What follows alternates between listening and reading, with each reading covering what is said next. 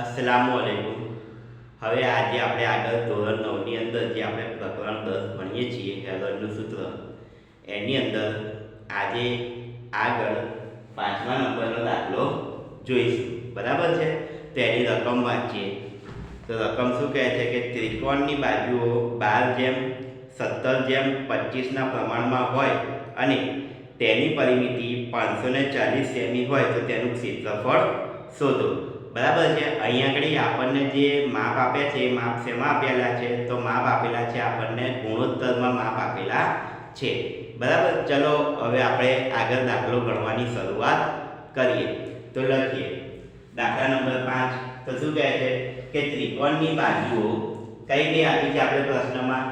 12:17:25 પ્રમાણમાં છે અને એની પરિમિતિ આપણને આપી દીધી છે 540.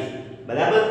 હવે આગળ જોઈએ. હવે જો પ્રમાણમાં છે એટલે આપણે શું કરીશું કે પહેલા એમાં x ધારી અને પહેલા એના માપ શોધીશું. તો a બરાબર કેટલા આવશે? તો કે 12x.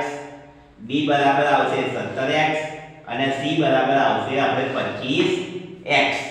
બરાબર? હવે એની અંદર આપણે આ x ની કિંમતો શોધીશું. તો એ બી લખી આપણને પરિમિતિ આપી દીધી છે 540. તો આપણે પરિમિતિ પરથી માપ શોધીશું. તો અહીંયા પરિમિતિ આપણને આપી 540. બરાબર? a + b + c. બરાબર છે? તો જો 540 બરાબર. હવે a ની કિંમત આપણને શું છે? તો 12x. આપણે લખી વત્તા b ની કિંમત છે 17x અને વત્તા c ની કિંમત છે 25x. બરાબર? આ ત્રણેયનો નાનો એવો સરવાળો કરશો. 12 17 અને 25 નો સરવાળો કરશો એટલે આપણને મળશે 54x. બરાબર છે? કેટલા મળશે? 54x. તો અહીંયા લખીશું જો 540 ભાગ્યા 54. આ 54 છે એ આ બરાબર છે એની આ બાજુ આવશે. બરાબર છે? જો આ 54x છે કેવા છે? તો કે એ ગુણાકારના સંબંધમાં છે. બરાબર? હવે એ બરાબરની આ બાજુ આવશે એટલે શું થશે? એ ભાગાકારમાં જશે. તો આપણે અહીં લખ્યા 540 ભાગ્યા 54 x. બરાબર? હવે જો 540 ના અવયવ પડે તો 540 ના અવયવ કેવા પડ્યા? તો કે 54 ગુણ્યા 10. બરાબર? એમાં જો આ 54 અને આ 54 છે શું થયા? 54 અને 54 કટ થયા. આપણી જોડે વધ્યા છે 10. તો અહીંયા x બરાબર આપણને કઈ કિંમત મળી? તો કે x બરાબર આપણને 10 મળ્યા. બરાબર? હવે જ્યાં જ્યાં આપણને x હતા ત્યાં આગળ આપણે 10 મૂકી અને કિંમત મેળવીશું. તો અહીંયા આગળ a, તો a ની કિંમત માટે શું કર્યું? તો કે 12x. બરાબર? હવે x ની જગ્યાએ આપણે શું મૂકવાનું છે? x ની જગ્યાએ મૂકીશું 10. તો અહીંયા જો આ 12 ગુણ્યા x ની જગ્યાએ આપણે અહીંયા 10 મૂક્યા તો 12 * 120. તો આપણને a ની કિંમત કઈ મળી? તો a ની કિંમત મળી આપણને 120. એવી રીતે આ b ની કિંમત શોધીએ. તો b માટે શું છે? તો કે 17x. તો અહીંયા લખ્યા 17x બરાબર 17 ના 17 ગુણ્યા x ની જગ્યાએ આપણે શું લખીશું?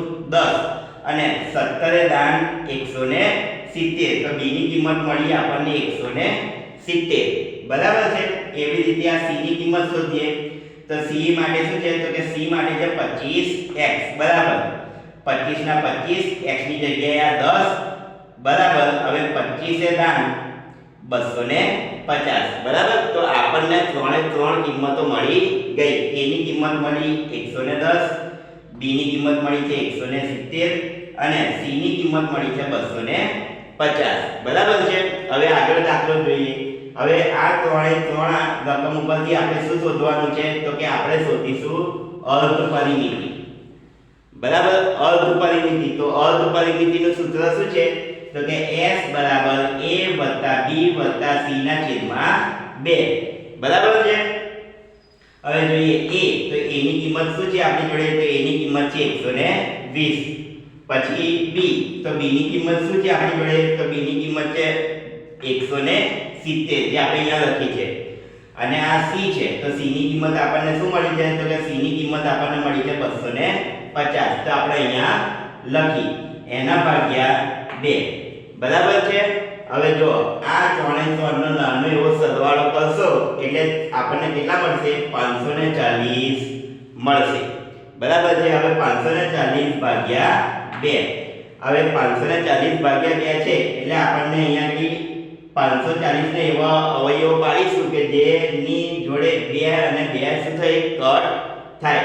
તો અહીંયા 540 ના આપણે અવયવ પાડ્યા તો અવયવોમાં શું આવ્યું 270 ગુણ્યા 2 બરાબર છે. તો જો આ 2 કટ થયો આ 2 કટ થયો તો આપણી જોડે વધ્યું શું 270. તો આપણને s ની કિંમત શું મળી s ની કિંમત મળી 270 બરાબર છે. હવે આગળ આપણે જે હેરોનના સૂત્ર પ્રમાણે જે આપણે દાખલો કરવાનો છે એ જોઈએ.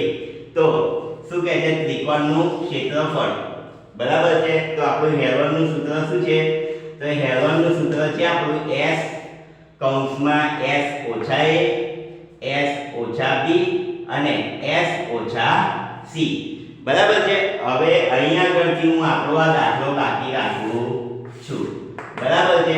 અહીંયા આગળથી આ દાખલો બાકી રાખું છું અને હવે આ દાખલો તમારે જેમ આપણે જે આગળ જે દાખલા શીખ્યા છે એ જ પ્રમાણે અહીંયા આગળથી આગળ દાખલો તમારે કરવાનો છે અને એનો જે જવાબ આવે એ જવાબ તમારે મને કોમેન્ટમાં જણાવવાનો છે બરાબર. અસ્સલામુ અલૈકુમ.